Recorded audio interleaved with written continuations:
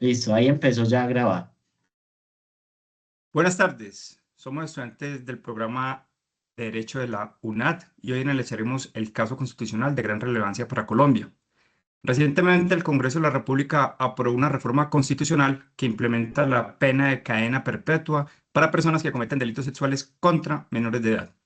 Esta reforma ha generado un intenso debate constitucional. La oposición durante el trámite y después de su aprobación ha sostenido que se trata de una norma violatoria del bloque de constitucionalidad. Por su parte, los tres defensores de la propuesta sostienen que debe prevalecer el interés general y superior de los menores.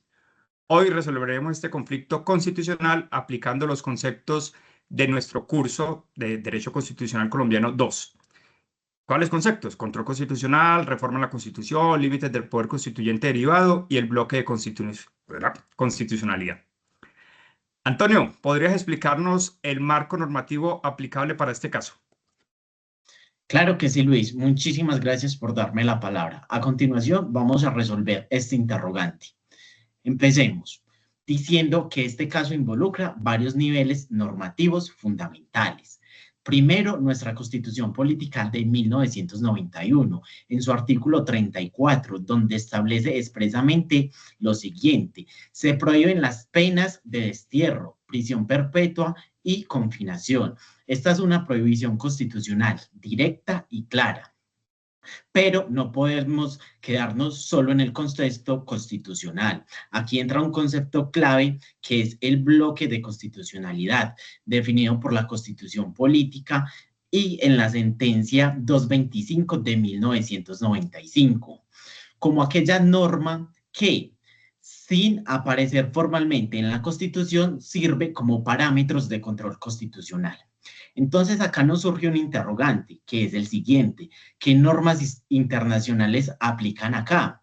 Bueno, tenemos dos fundamentales. La primera es la Convención Americana sobre los Derechos Humanos, también llamada Pacto de San José, en su artículo 5.6, que establece lo siguiente: las penas privativas de la libertad tendrán como finalidad esencial la reforma y la readaptación social de los condenados.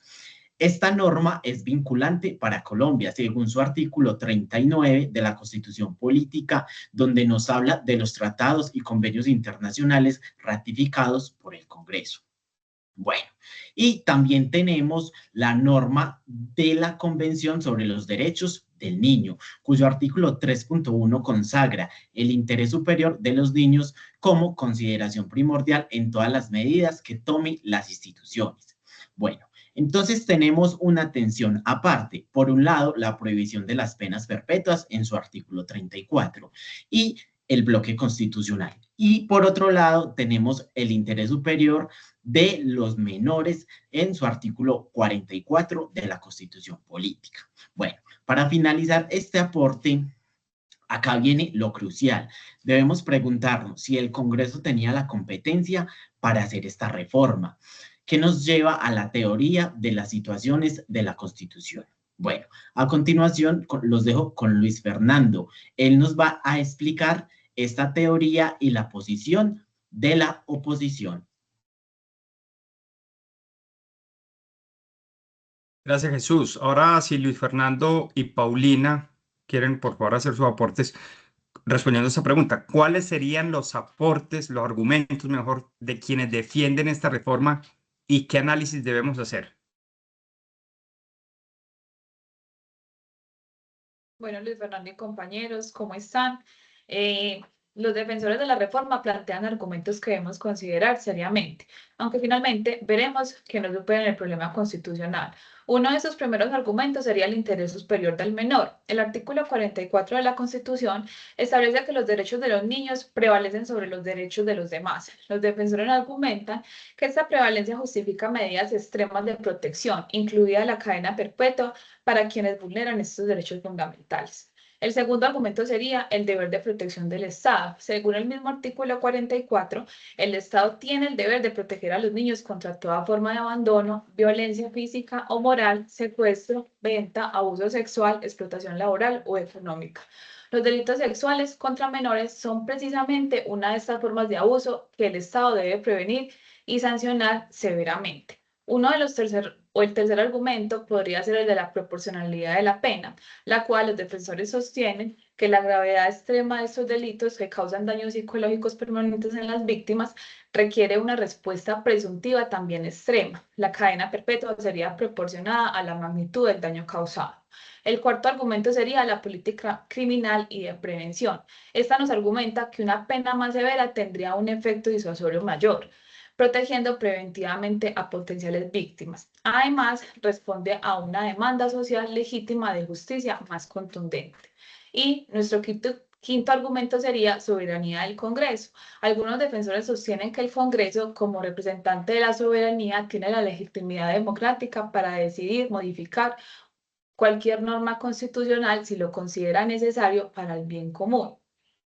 Ahora bien, ¿por qué estos argumentos no superan el problema constitucional? Lo primero es que estamos ante una falsa tensión de derechos y el interés superior del menor no entra realmente en conflicto con la prohibición de penas perpetuas, porque ambos pueden protegerse simultáneamente. Como afirma el profesor Rodrigo Uprigni en su obra del 2014, la protección de los derechos de las víctimas no puede conducir a la eliminación de garantías fundamentales del ordenamiento constitucional. El fin no justifica los medios constitucionales, aunque el objetivo es legítimo y necesario, no puede alcanzarse mediante la sustitución de la Constitución. Como dice el profesor Manuel Quinche en su texto del 2015, el fin no justifica los medios cuando los medios implican la destrucción del orden constitucional que se pretende defender. Y tercero, esto es fundamental si existen alternativas constitucionales efectivas para proteger a los menores sin sustituir la Constitución, ya que no es cierto que la única opción sea la cadena perpetua. Ahora le damos la palabra a nuestro compañero Antonio. Paulina, tienes razón.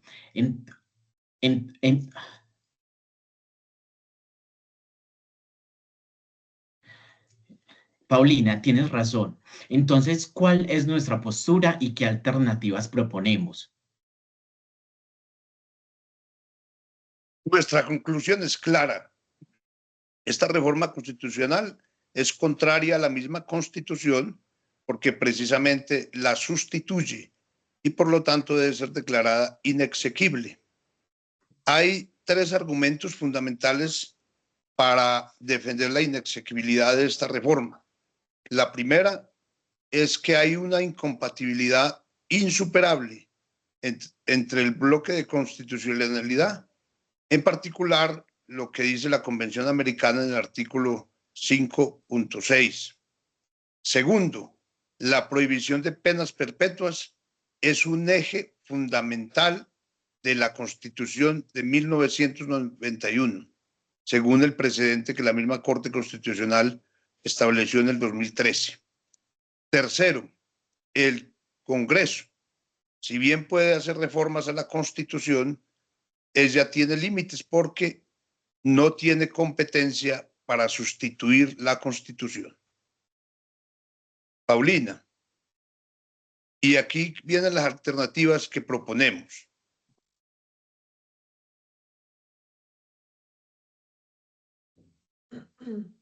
Listo, Luis Fernando, muchas gracias.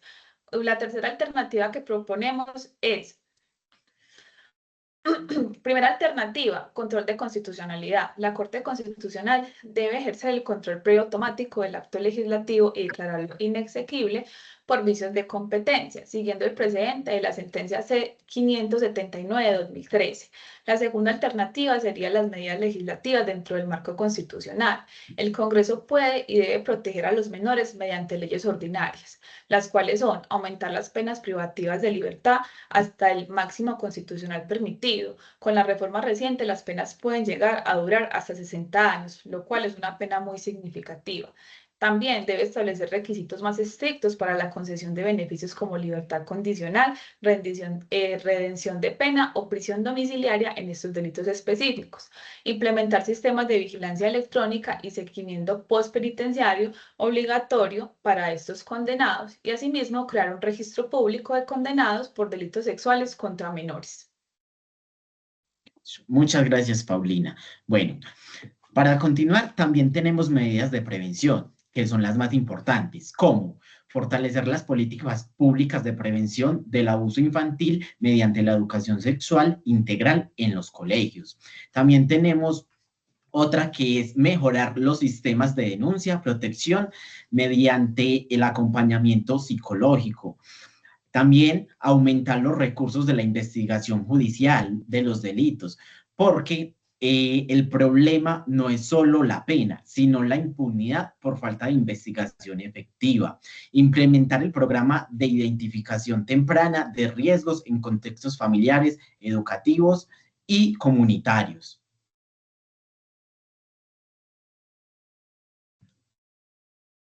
Paulina.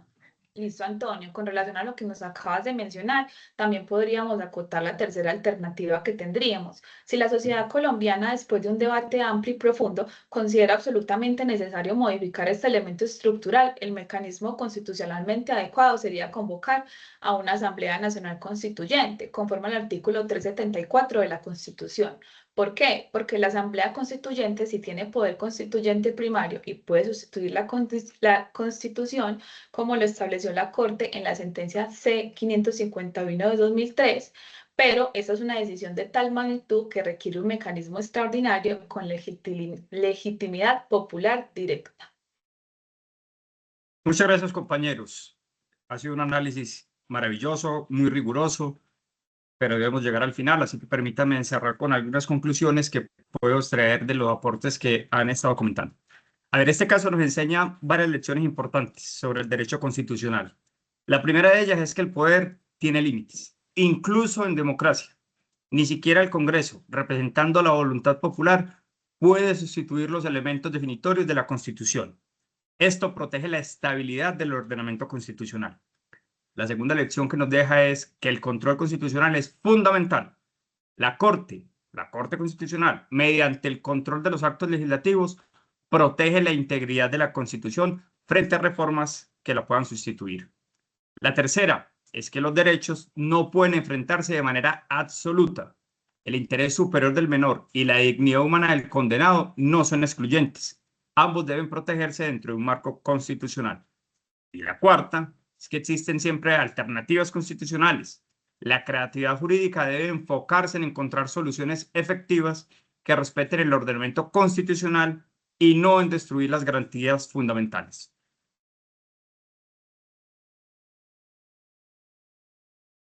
En conclusión, Antonio, aunque la reforma tiene un objetivo claro y legítimo y urgente, desproteger a los menores, ella no puede hacerse mediante la sustitución de la Constitución, porque la identidad, y como ya lo dijimos, el artículo 34 es un definitorio de la Constitución de 1991.